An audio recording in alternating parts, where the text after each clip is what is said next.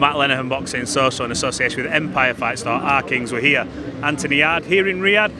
How's your journey been, my friend? Keen eye on this main event, and obviously your potential rival in Joshua Buatsi. Keen on both these fights. It's a good card. They're all rivals. If you're in my weight class, you're a rival. You know what? As a boxing fan, it's good to be here to see the presentation and the level of an event like this. Radio season is what it is. They're doing fantastic things for boxing. Look at the scenery. Come on, we've got water fountains.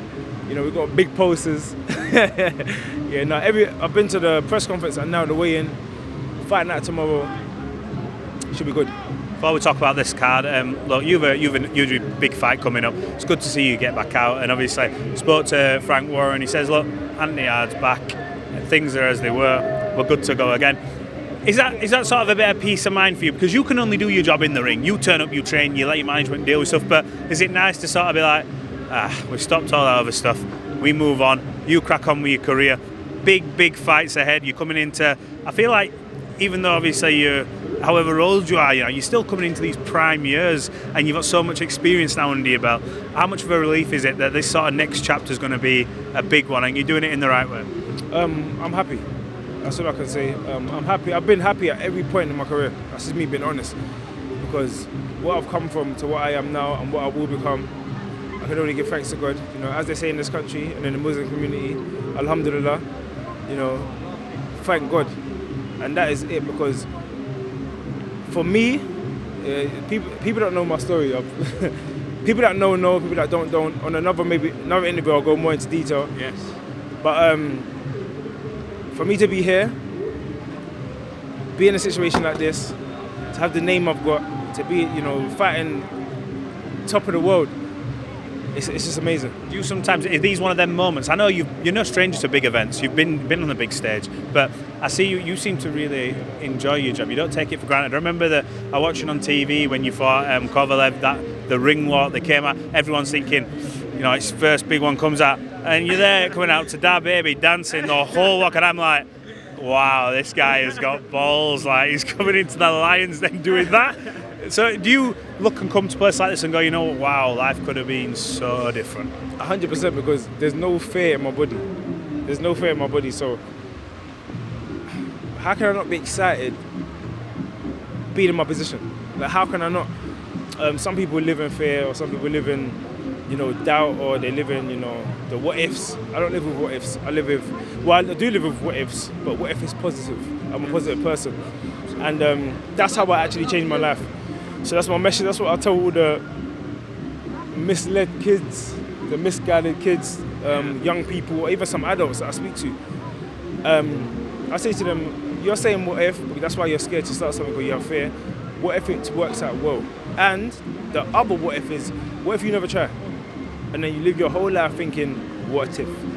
You need to be able to sleep at night, let's be honest. Got to ask you about this fight card, then let's rattle through it quickly. Top of the card, old nemesis Artur Beterbiev. You gave him one hell of a fight, once again action-packed. Win, lose, or draw, records are for DJs, and it was a terrific fight, one of the fights of the year when it happened. What happens in this rematch? Well, it won fight of the year, which was an honour. Again, I was a bit pissed off that I didn't get the victory, but again, very good account of myself. I was ahead on the scorecards, got caught with a good punch, and it got waved off. But that's what makes me so excited to want to get in there again with him. He's undisputed champion right now. So again, it shows who he is and what he's done. For the fight I gave him, again, it shows who I am and what I'm capable of. Spoke to Spencer Fear, and he said, I was going through predictions. He says, we have to see Buatsi win this. So I goes, why? Why do we have to? And he says, because we need to see Buatsi hard. Do you need to have that fight, or are you at a point where it's a fight, but there's many other fights too? Do you need Joshua Buatsi for part of your career, just for you? I'm not saying in terms of levels. I mean, do you need him as part of your story? I don't feel like I need anybody. I don't need nobody. It's one of the things where I only want that fight is because it's what the public has been calling for years now. And again, that's Eddie Hearn's fault. Because since it's Eddie Hearn's fault. It's your fault. Since Buatsi turned pro with Eddie Hearn attached his name to mine. Strategic. Because without my name involved, nobody will be talking about Joshua Buatsi, and everybody knows it. it's just one of them things, and I'm being real because outside the ring is boring. Some of these fights are boring, and I'm just being real with you. Again, I said before, I'm starting not to like him because he hasn't been a man of his word. So when I don't like somebody, that's when I become dangerous. Everyone saw with Lenihan for 2, I said, you know what, now I don't like you. I'm a different person when I don't like somebody. But again, it's all talk because if I can't get someone in the ring with me, it's all just talk.